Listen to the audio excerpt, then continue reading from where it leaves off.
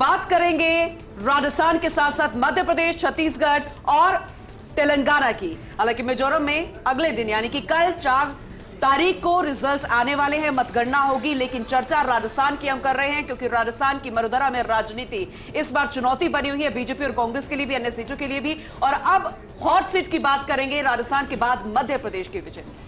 मध्य प्रदेश में सबसे पहले ये देखते हैं 2018 के अंदर किसको कितनी सीटें मिली थी। बीजेपी को 109, कांग्रेस को 114, बीएसपी को 2 और अदर को 5। हालांकि कांग्रेस से बीजेपी में चले गए थे ज्योतिरादित्य सिंधिया के साथ और उसके बाद बीजेपी की सरकार बनी। इस बार कहा जा रहा है कि जितने भी सर्वे हैं उसमें पुनः बीजेपी एक बड़े बहुमत के साथ सरकार बनाती सर्वे में दिखाई दे रही है। हालांकि कांग्रेस मान रही है कि सर्वे पूरे तरीके से फेल होंगे। लेकिन हॉट सीट का रुख करते हैं कि मध्य प्रदेश में हॉट सीट कौन कौन सी। चलिए फटाफट आपको हॉट सीट्स बता देते हैं कि मध्य प्रदेश की इस बार हॉट सीट्स कौन सी रहने वाली है। छिंदवाड़ा की बात कर लेते हैं। कमलनाथ और विवेक बंटी छिंदवाड़ा से हैं, भारतीय जनता पार्टी के। ये महत्वपूर्ण और हॉट सीट बनी हुई है विजेंद्र। अगली सीट का रुख करते हैं। अगली सीट जरा देखिए मध्य प्रदेश की और हॉट सीट कौन कौन सी है, क्योंकि कई ऐसी सीटें हैं। रविंद्र सिंह तोमर दिमनी से, उनके खिलाफ बीजेपी की तरफ से नरेंद्र सिंह तोमर हैं, केंद्रीय मंत्री हैं, उनको मैदान में उतारा गया है विधानसभा चुनाव में। राजेंद्र भारती दतिया से हैं तो बीजेपी से नरोत्तम मिश्रा दतिया से उनके सामने। तो एक कांटे की टक्कर बनी हुई है जी। अगली सीट का रुख करते हैं। अगली सीट जरा देखिए, क्योंकि मध्य प्रदेश के अंदर दिग्गज मैदान में कैलाश विजयवर्गीय कह रहे थे मैं चुनाव नहीं लड़ना चाहता, केंद्रीय मंत्री और एक बड़े नेता के तौर पर उनकी पहचान है। इंदौर से वो चुनाव लड़ रहे हैं इस बार विधानसभा का। नरसिंहपुर से लाखन सिंह पटेल है कांग्रेस के, तो प्रहलाद सिंह पटेल है बीजेपी के। अगली सीट का रुख करते हैं मध्य प्रदेश की हॉट सीटों में। और कौन कौन सी हॉट सीट है, क्योंकि वहां कई ऐसे चेहरे हैं जिनकी प्रतिष्ठा दांव पर लगी है। हिरेंद्र सिंह राघोगढ़ से बीजेपी के, जयवर्धन सिंह राघोगढ़ से कांग्रेस के, लक्ष्मण सिंह है चाचौड़ा से कांग्रेस के, और प्रियंका मीणा चाचौड़ा से भारतीय जनता पार्टी की। ये हॉट सीट बनी हुई है। और ये नरेला से विश्वास सारंग और कांग्रेस से मनोज शुक्ला मैदान में। योगी जी एक टिप्पणी मैं आपसे चाहूंगा। देखिए दो फोटो आपने दो फोटो दिखाई आपने। दिग्विजय सिंह के भाई लक्ष्मण सिंह चाचौड़ा से और राघोगढ़ से जयवर्धन सिंह दिग्विजय सिंह के बेटे। दिग्विजय सिंह परिवार से 2 सदस्य चुनावी समर में है। और यहाँ पर सबसे महत्वपूर्ण ये रहने वाला है कि पिछले चुनाव में कांग्रेस की सरकार बनी, कमलनाथ मुख्यमंत्री बने, लेकिन सरकार गिर गई। अब वो गिरने के बाद कमलनाथ तो सिंपैथी ले रहे हैं। कमलनाथ की खास बात थी कि उन्होंने एमपी छोड़ा नहीं, वो दिल्ली नहीं गए। उनको कांग्रेस में अहमद पटेल का स्थान दिया जा रहा था लेकिन नहीं गए। उन्होंने कहा मैं एमपी नहीं छोड़ूंगा। बिल्कुल। ऐश्वर्या जी, अगर मध्य प्रदेश की बात करें तो सबसे पहले मध्य प्रदेश में सबसे ज्यादा जो फोकस है वो नरोत्तम मिश्रा पर भी है। यहाँ पर जो कैलाश विजयवर्गीय पर दाव खेला गया था, कैलाश विजयवर्गीय पर दाव ऐसा नहीं कि उनकी अकेले की सीट पर खेला गया, उनके सामने चुनौती 9 या 10 सीटों की है। यदि वो 9-10 सीट जीतते हैं तो आप मानकर चलिएगा कि कैलाश विजयवर्गीय का जो कद है वो देश भर में बढ़ेगा। यहाँ पर फोकस रखा जा रहा है उन पर। और ऐसे ही नरेंद्र सिंह तोमर उस वक्त मुख्यमंत्री बनने वाले थे, याद हो तो जब शिवराज सिंह चौहान की ताजपोशी हो गई थी, उससे पहले चर्चा उन्हीं को लेकर थी लगातार कि वो आएंगे। तो यहाँ पर फोकस इन चीजों को लेकर रखा जा रहा है। ठीक है। छत्तीसगढ़ और एक और महत्वपूर्ण बात बता देता हूं मैं विजेंद्र, छत्तीसगढ़ के क्या रिजल्ट रहे थे, क्योंकि इस बार एग्जिट पोल जो है वो बहुत चौंकाने वाले हैं। बीजेपी 15, कांग्रेस 68, बीएसपी 2 और जेसीसी 5। इस बार भी कहा जा रहा है कि कांग्रेस वहां लीडिंग पोजीशन में नजर आ रही है। लेकिन यहां से हॉट सीट कौन कौन सी हैं वो जरा देखते हैं, क्योंकि छत्तीसगढ़ में भी कई सीएम कैंडिडेट हैं। गुलाब कमरू है भरतपुर सोनहत से कांग्रेस के, और रेणुका सिंह भरतपुर सोनहत से है भारतीय जनता पार्टी के। तो ये हॉट सीट्स है और ये दिग्गज जो है मैदान में उतारे भारतीय जनता पार्टी और कांग्रेस की तरफ से। चलिए अगली सीट का रुख करते हैं। अगली सीट आपको जरा बताते हैं, क्योंकि छत्तीसगढ़ की हॉट सीट हम आपको बता रहे हैं। और अगली सीट है डॉक्टर अजय तिर्की रामानुजगंज से और रामविचार उधर से बीजेपी की तरफ से। अंबिकापुर से टीएस सिंह देव हैं कांग्रेस के, राजेश अग्रवाल हैं भारतीय जनता पार्टी के अंबिकापुर से। अमरजीत भगत है सीतापुर से कांग्रेस की तरफ से और रामकुमार टोम्पो है सीतापुर से बीजेपी की तरफ से। खरसिया से उमेश पटेल हैं तो महेश साहू है भारतीय जनता पार्टी के प्रत्याशी खरसिया से।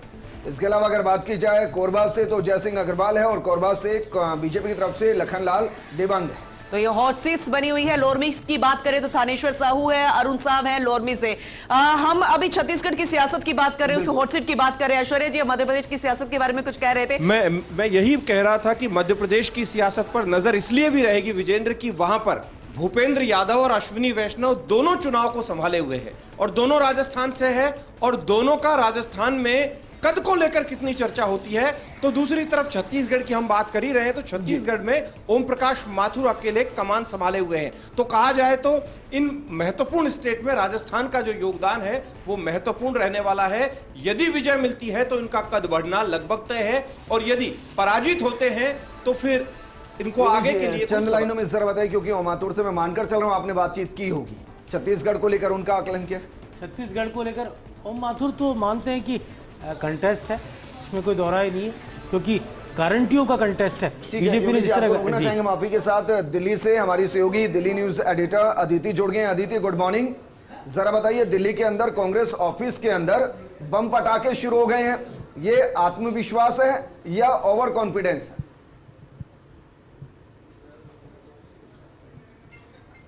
ये रुझान भी कह सकते हैं, और ये अंदर की जो चर्चा है और अंदर तक जो बात पहुंची है।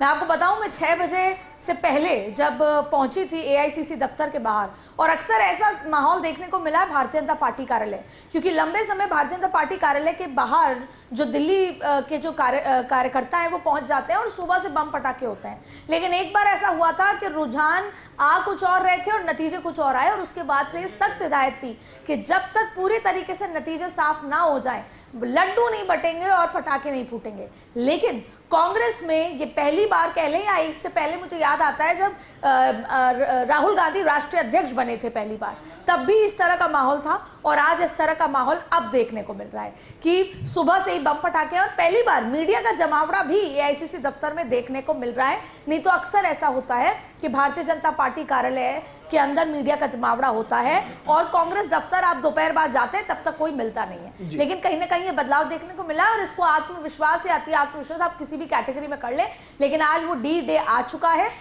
जब कहीं ना कहीं जो केंद्रीय नेतृत्व है वो भी काफी उत्साहित नजर आ रहा है, क्योंकि उनके इंटरनल सर्वेस काफी कुछ बयां कर रहे हैं। अब ऐसे में आज का दिन बेहद महत्वपूर्ण है, क्योंकि बार-बार फर्स्ट होता है सियासी तौर पर। जरा बताइए कि जो एग्जिट पोल आए उसके बाद इंटरनल सर्वे और खलबली शुरू हुई होगी, हवा कुछ बदलती हुई दिखाई दे रही है एग्जिट पोल के बाद, या आपको लग रहा है एग्जिट पोल के साथ ही चल रही हैं पार्टियां? देखिए, दोनों ही पार्टियां ये मान के चल रही हैं कि एग्जिट पोल से बदले बदले रिजल्ट्स आने वाले हैं किसी भी स्थिति में।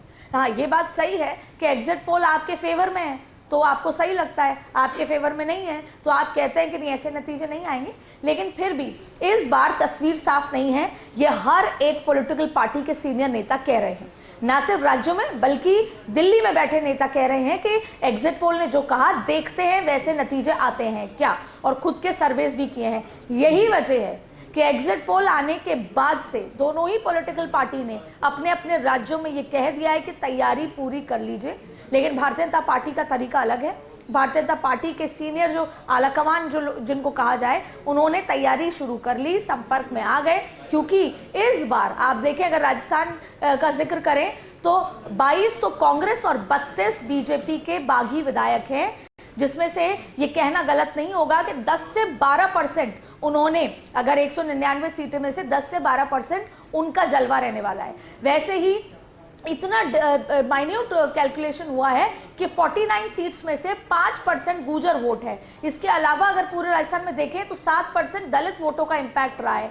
तो हर तरीके से देखने, सोचने, समझने के बाद तैयारी दोनों ही पॉलिटिकल पार्टी ने पूरी कर ली है। हालांकि दोनों ये बात कह रहे हैं कि बड़ा मैंडेट आएगा और कोई जरूरत ही नहीं पड़ेगी निर्दलियों की, लेकिन दोनों ही पॉलिटिकल पार्टी ने निर्दलियों से बातचीत करके आज का होमवर्क पूरा कर लिया है। एक नेता ने तो 12 बजे से लेकर 2 बजे के बीच में सरकार बनाने के दावे की तक की तैयारी करके गवर्नर हाउस जाने की प्लानिंग तक कर ली है। बिल्कुल अदिति, क्योंकि इस तरीके से सोशल मीडिया में भी खबरें चल रही है कि जो निर्दलीय हैं वो अपने फोन को चार्ज करके बैठे हुए हैं कि कभी भी अगर वो जीते हैं तो कभी भी उनका फोन बच सकता है। खैर, हमारे साथ पॉलिटिकल एडिटर अदिति योगेश शर्मा जी भी हैं, वरिष्ठ सहयोगी ऐश्वर्य प्रधान भी। योगेश जी, आपसे एक सवाल कर रहे हैं।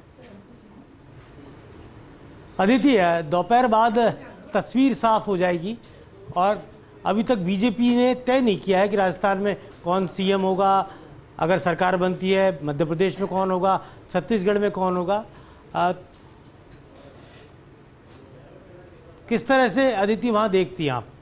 क्या लगता है कि बीजेपी के अंदर खाने क्या कुछ ऐसा चल रहा होगा? जी बिल्कुल, आंकड़ों पे वैसे तो देखिए जहां पर भारतीय जनता पार्टी, और आप तो बहुत बेहतर तरीके से योगेश जी समझते हैं, अमित शाह नरेंद्र मोदी के मन में सब कुछ प्लानिंग तैयार है, लेकिन वो बाहर कब आएगी? जब विधायक दल की बैठक होगी तब भी नहीं। विधायक दल की बैठक जब चल रही होगी उस बीच में एक पर्ची खोलने को कह दिया जाएगा या एक फोन आ जाएगा। लेकिन फिर भी अभी सारा दारमदार आंकड़ों पर टिका हुआ है। आंकड़े कैसे होते हैं उस पर डिपेंड करता है, लेकिन अगर आंकड़े भारतीय जनता पार्टी जैसा सोच रही है वैसे होते हैं तो वो फिर किसी नए चेहरे को, नई लीडरशिप को लेकर आएंगे, ये बात तय है। और देखिए इस बार किस तरीके से काम किया है, सबको साथ लेकर काम किया है, सबको साथ। अब हालांकि कई बड़े नेता ये मानते हैं कि साथ रखा भी और साथ नहीं भी, कितने दूर कितने पास, लेकिन अगर आंकड़ों पर डिपेंड करता है, लेकिन अगर आंकड़े बड़े हुए आते हैं, मैंडेट बड़ा आता है, तो कोई नई लीडरशिप यहां पर जन्म लेती नजर आ रही है। जी ठीक है अदिति, क्योंकि